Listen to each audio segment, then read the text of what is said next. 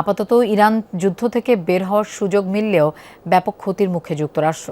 বিভিন্ন জরিপ সংস্থার হিসাব বলছে, প্রায় ৪০ দিনের যুদ্ধে ওয়াশিংটনের শুধু সামরিক ব্যয়ই হয়েছে $৩৫ থেকে $৪৫ বিলিয়ন। সব মিলিয়ে এই যুদ্ধের প্রভাবে আর্থিক ক্ষতি ছাড়াতে পারে $২০০ বিলিয়ন।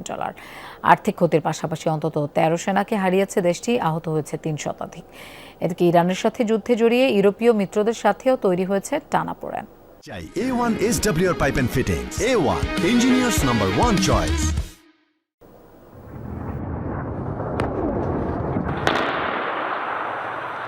গেল ৪০ দিন ধরে ইরান জুড়ে রীতিমতো চলেছে যুক্তরাষ্ট্রের তাণ্ডব।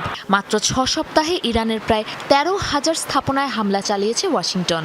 ব্যাপক এই ধ্বংসযজ্ঞ চালাতে গিয়ে নজিরবিহীন খরচের চাপে নাজেহাল মার্কিন প্রশাসনের পরিস্থিতি। ইরানের পাল্টা হামলাতেও হয়েছে বিপুল ক্ষয়ক্ষতি।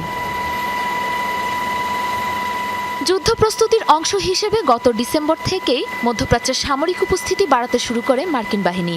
অঞ্চলটিতে পাঠায় ২টি বিমানবাহী রণতরী। যুদ্ধ শুরুর পর প্রতিদিন খরচ করেছে বিপুল মিসাইল, গোলাবারুদ। যে খাতে ব্যয় হয়েছে কারি অর্থ।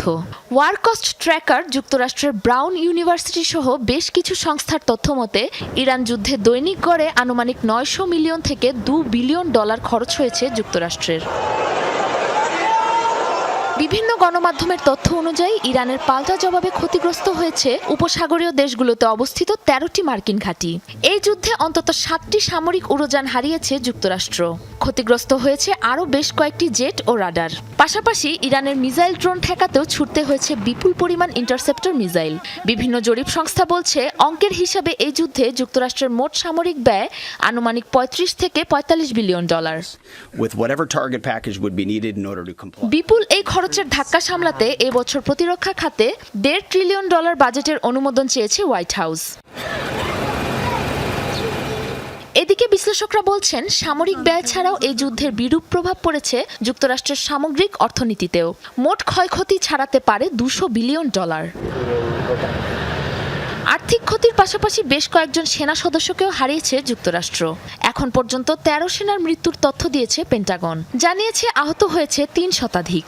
এছাড়াও চলমান পরিস্থিতির জেরে চরম অবনতি ঘটেছে যুক্তরাষ্ট্রের সঙ্গে তার ইউরোপীয় মিত্রদের সম্পর্কেও। বলা হচ্ছে, ইরান যুদ্ধের জেরে যুক্তরাষ্ট্রের সমর ভাণ্ডারের মজুদও কমেছে উল্লেখযোগ্য হারে। এই ক্ষতি পুষিয়ে উঠতে লেগে যাবে কয়েক বছর। সাবরিনা নুসরাত, যমুনা নিউজ।